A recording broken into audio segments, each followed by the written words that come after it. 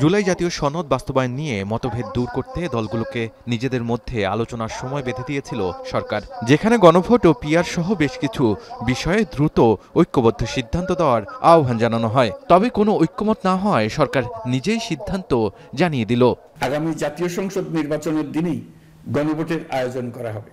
জাতির উদ্দেশ্যে ভাষণ দেন প্রধান উপদেষ্টা ডক্টর মোহাম্মদ ইউনূস। সেখানে তিনি সনদ বাস্তবায়নের পদ্ধতি তুলে ধরেন। এ সময় ডক্টর মোহাম্মদ ইউনূস নির্বাচনের দিন গণভোটের 4টি প্রশ্ন পড়ে শোনান।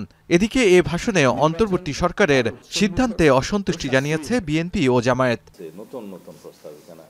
বিএনপি নির্বাচনের দিন গণভোটকে স্বাগত জানালেও সই করা সনদের বাইরে নতুন কিছু আসলে সেগুলোর সাথে একমত নয় বলেও জানিয়েছেন দলটির স্থায়ী কমিটির সদস্য সালাউদ্দিন আহমেদ। তাৎক্ষণিক প্রতিক্রিয়ায় তিনি বলেন, প্রধান উপদেষ্টার ভাষণের মাধ্যমে স্বাক্ষরিত জুলাই সনদ লঙ্ঘন করা হয়েছে।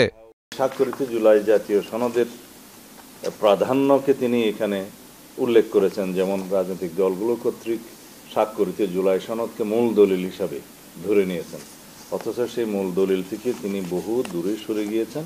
মাননীয় প্রধান উপদেষ্টা যে সমস্ত প্রস্তাবনা দিয়েছেন তার ভাষণে, মুদ্রা কথায় বলতে গেলে তিনি জুলাই জাতীয় সনদের স্বাক্ষরিত সনদের লঙ্ঘন করেছেন। অন্যদিকে দলের মহাসচিব বলেন, পিআর জনগণের কাছে এখনো বোধগম্য নয়।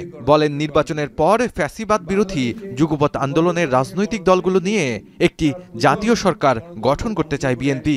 নির্বাচনের পরে যে সমস্ত রাজনৈতিক দলগুলো বা শক্তিগুলো একসাথে ফ্যাসিস্ট বিরোধী সংগ্রাম করেছি, তাদেরকে সঙ্গে নিয়ে একটা জাতীয় সরকার গঠন করবার আমরা একটা প্রস্তাব দিয়েছি, এবং সেখান থেকে প্রমাণিত হয় যে আমরা আসলেই এই জাতিকে সত্যিকার অর্থে মূল জায়গাগুলোতে ঐক্যবদ্ধ করে আমরা সামনের দিকে এগিয়ে যেতে চাই।